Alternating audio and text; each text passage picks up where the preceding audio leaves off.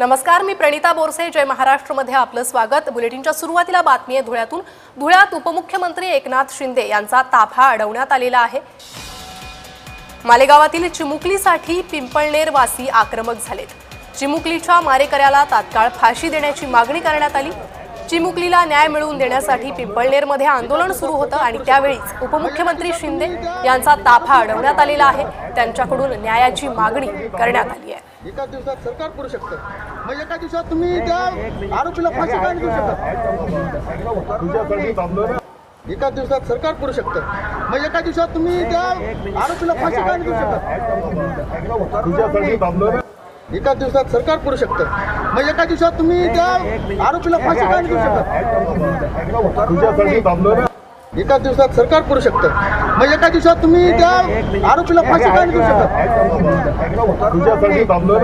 एका दिवसात सरकार करू शकतं, मग एका दिवसात तुम्ही त्या आरोपीला. अधिक माहिती या संदर्भात घेणार आहोत. आमचे प्रतिनिधी तुषार परदेशी सध्या माझ्यासोबत जोडले गेले. तुषार, उपमुख्यमंत्र्यांचा ताफा रोखण्यात आलाय, काय मागण्या केल्या आहेत आंदोलकांनी?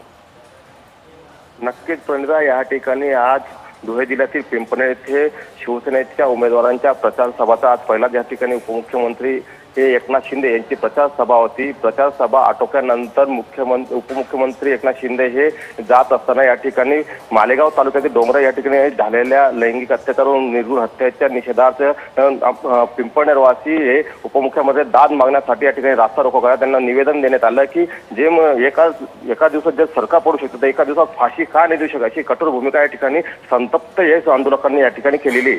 तात्काळ या ठिकाणी पोलिसांनी उपमुख्यमंत्री यांनी देखील या ठिकाणी त्यांच्या संतप्त भावना या जाणून घेतल्या. नक्कीच या ठिकाणी त्यांना आश्वासन केलं आहे की कठोरात कठोर कारवाई ही आरोपीवरती केली जाईल, असं आश्वासन या ठिकाणी शिंदे यांच्याकडून देण्यात आलेलं आहे. तुषार, साधारणपणे किती वेळ या ठिकाणी उपमुख्यमंत्र्यांनी आंदोलकांशी संवाद साधलेला आहे? काय चर्चा झाली आहे?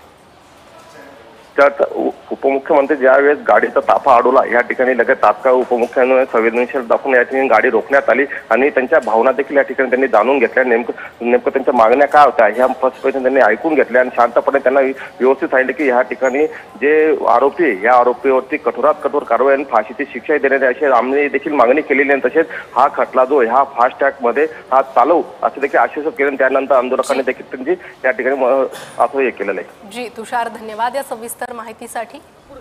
तर चिमुकलीला न्याय मिळवून देण्यासाठी आंदोलक आक्रमक झाले. एका दिवसात सरकार करू शकतं, मग एका दिवसात तुम्ही त्या आरोपीला फाशी का देऊ शकता? एका दिवसात सरकार करू शकतं, मग एका दिवसात तुम्ही त्या आरोपीला फाशी